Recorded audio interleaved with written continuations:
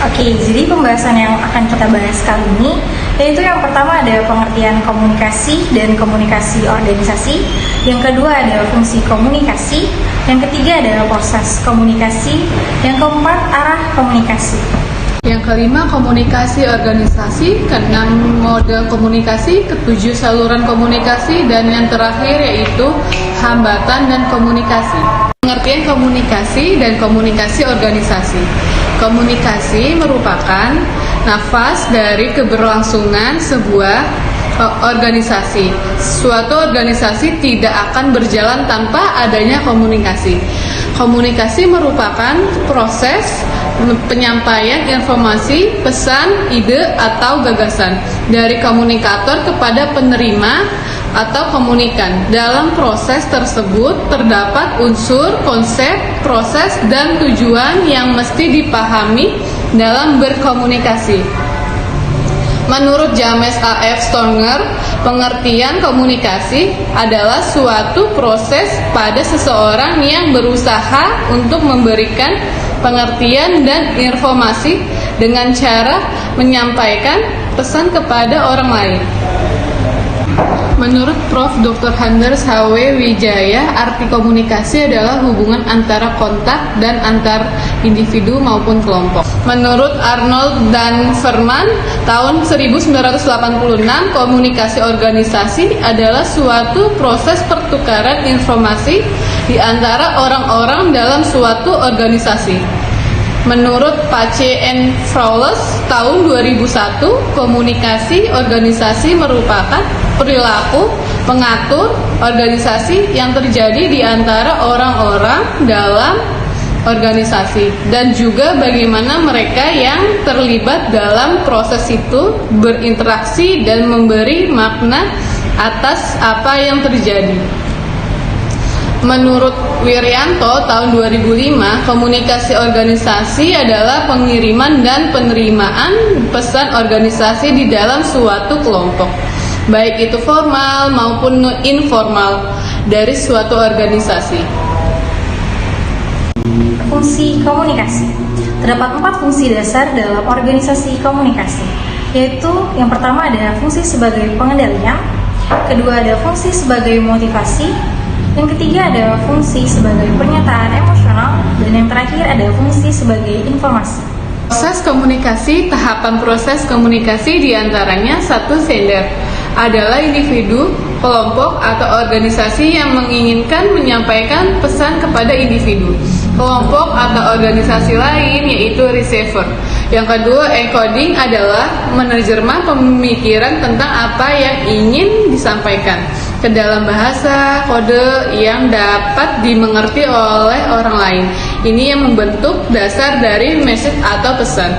Ketiga, message adalah pesan yang merupakan informasi yang ingin disampaikan sender kepada receiver. Yang keempat, channel atau medium merupakan saluran yang akan dipakai untuk menyampaikan pesan.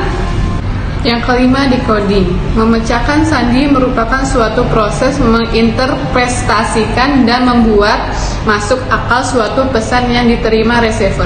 Yang keenam, receiver adalah orang, kelompok, atau organisasi kepada siapa pesan dimaksud untuk diterima. Ketujuh, noise merupakan sesuatu yang mengganggu terhadap penyampaian dan pemahaman terhadap pesan. Yang kedelapan, merupakan pengetahuan tentang dampak pesan pada receiver dan menimbulkan reaksi. Receiver disampaikan kepada sender. Arah komunikasi. Arah komunikasi yang pertama adalah komunikasi ke arah bawah. Komunikasi ini mengalir dari satu tingkat sebuah kelompok atau organisasi menuju level yang lebih rendah, seperti komunikasi pemimpin kelompok dan para manajer ke bawahannya untuk menugaskan tujuan. Yang kedua yaitu komunikasi ke arah atas. Komunikasi menuju ke arah yang lebih tinggi dalam suatu kelompok atau organisasi.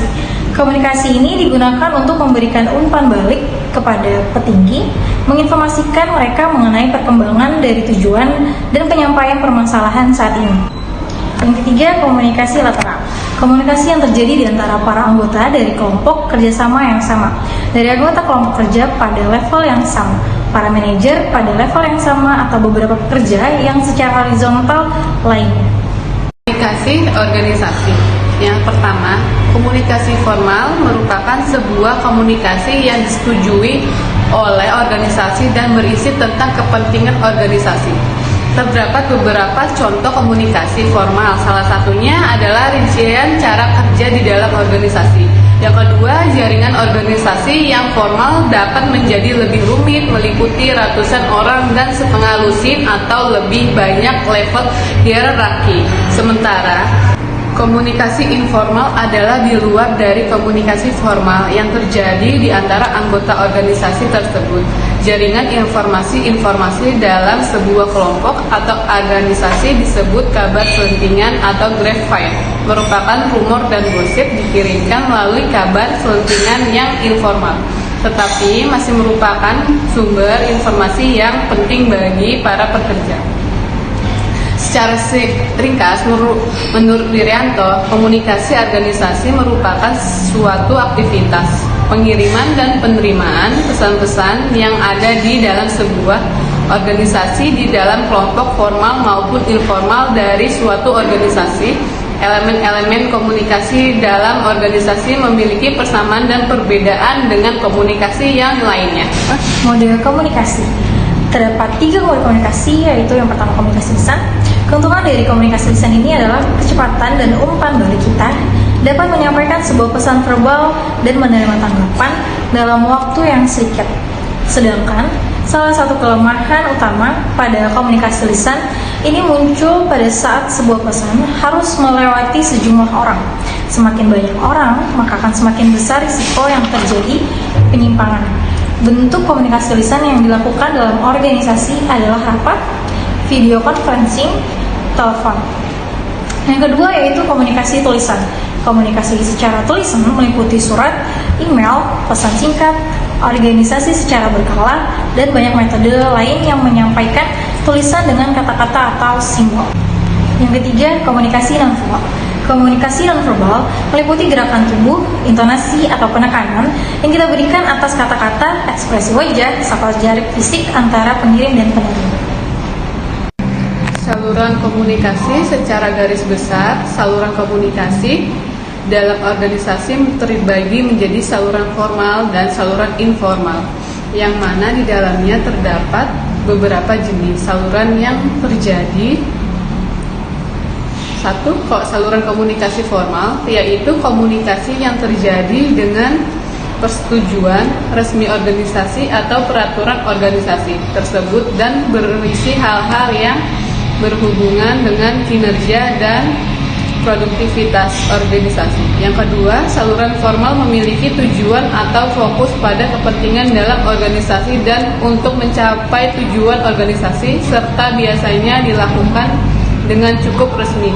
Misalnya saja dengan proses komunikasi tertulis melalui memo, surat, dan pernyataan melalui jumpa pers yang mana prosesnya sudah diatur dalam prosedur tertentu. Saluran komunikasi informal. Praktek komunikasi ini terjadi karena dasar interaksi sosial yang biasa terjadi dalam masyarakat. Jika dalam saluran formal, orientasinya adalah terjadi organisasi. Saluran informal ini lebih berorientasi kepada hubungan antara pribadi. Saluran komunikasi informal cenderung lebih santai dan tidak sebaku saluran formal, di mana tidak perlu ada prosedur dan peraturan resmi yang dibuat oleh organisasi untuk mengaturnya. Yang terakhir adalah hambatan dalam komunikasi. Sejumlah hambatan dapat memperlambat atau mengganggu komunikasi yang efektif. Di antaranya yaitu yang pertama penyaringan, kedua pemilihan persepsi, ketiga informasi yang berlebihan, 4 emosi, 5 bahasa, 6 keheningan, 7 kekhawatiran komunikasi, dan ke-8 adalah berbohong. Faktor lintas budaya jelas berpotensi menciptakan permasalahan komunikasi yang besar. Hambatan-hambatan budaya diantaranya yaitu ada yang pertama hambatan semetik, kata-kata yang dapat berarti hal-hal yang berbeda bagi orang yang berbeda. Yang kedua ada hambatan yang disebabkan oleh konotasi, kata-kata yang memiliki makna berbeda dalam bahasa yang berbeda.